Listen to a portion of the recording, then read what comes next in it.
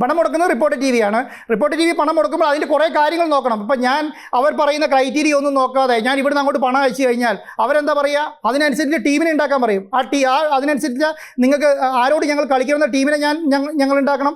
ഏത് പിന്നെ ഫുട്ബോൾ സ്റ്റേഡിയത്തിൽ നമ്മൾ കളിക്കണമെന്ന് ഞങ്ങൾ തീരുമാനിക്കണം. അവർക്ക് വരുന്ന ഫ്ലൈറ്റ് ബിസിനസ് ക്ലാസ്സിൽ വേണമെന്ന് പറയുന്നുണ്ട്. അതുമായിട്ട് ബന്ധപ്പെട്ട കാര്യങ്ങൾ മുഴുവൻ ചെയ്യണം.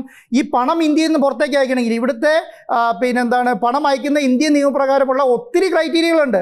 ആ ക്രൈറ്റീരിയയ്ക്ക് പണം അയക്കാന്ന് പറഞ്ഞാൽ ഒരു സുപ്രഭാതത്തിൽ രാവിലെ നമ്മൾ ബാങ്കിൽ കൊണ്ട് കൊടുത്തിട്ട് പണം അയക്കാൻ പറഞ്ഞാൽ പണം അയക്കില്ല. അയക്കണമെങ്കിൽ അതിൻ്റേതായ അപ്രൂവൽ ഒത്തിരി എടുക്കണം. ആ അപ്രൂവൽ എന്ന് പറഞ്ഞാൽ ബാങ്ക് ഞങ്ങളോട് പറഞ്ഞ കുറേ കാര്യങ്ങളുണ്ട്. ആ അപ്രൂവലിൻ്റെ ഭാഗമാണ് സ്പോർട്സ് കൗൺസിലിൻ്റെ, RBIൻ്റെ പെർമിഷൻ, ഫിനാൻസിൻ്റെ പെർമിഷൻ, അങ്ങനെയുള്ള ഒത്തിരി ക്രൈറ്റീരിയകളുണ്ട്. ഈ കാര്യങ്ങളെല്ലാം ഞങ്ങൾ എടുത്തിട്ടാണ് ചെയ്യേണ്ടത്. അതിന് ഞങ്ങൾക്ക് സമയമുണ്ട്.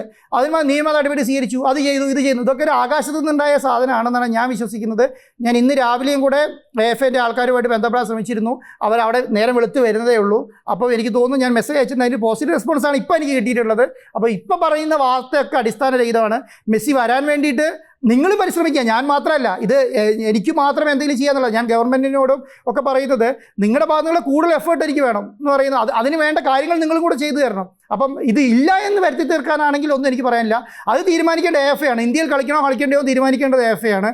റിപ്പോർട്ടർ TV എന്താണോ ചെയ്യേണ്ടത് അതെല്ലാം ചെയ്യും. അതിനൊരു പ്രശ്നം ഈ സമയം വരെ ഇല്ല എന്നുള്ളതാണ് ഈ കാര്യത്തിലേക്ക് പറയാനുള്ളത്.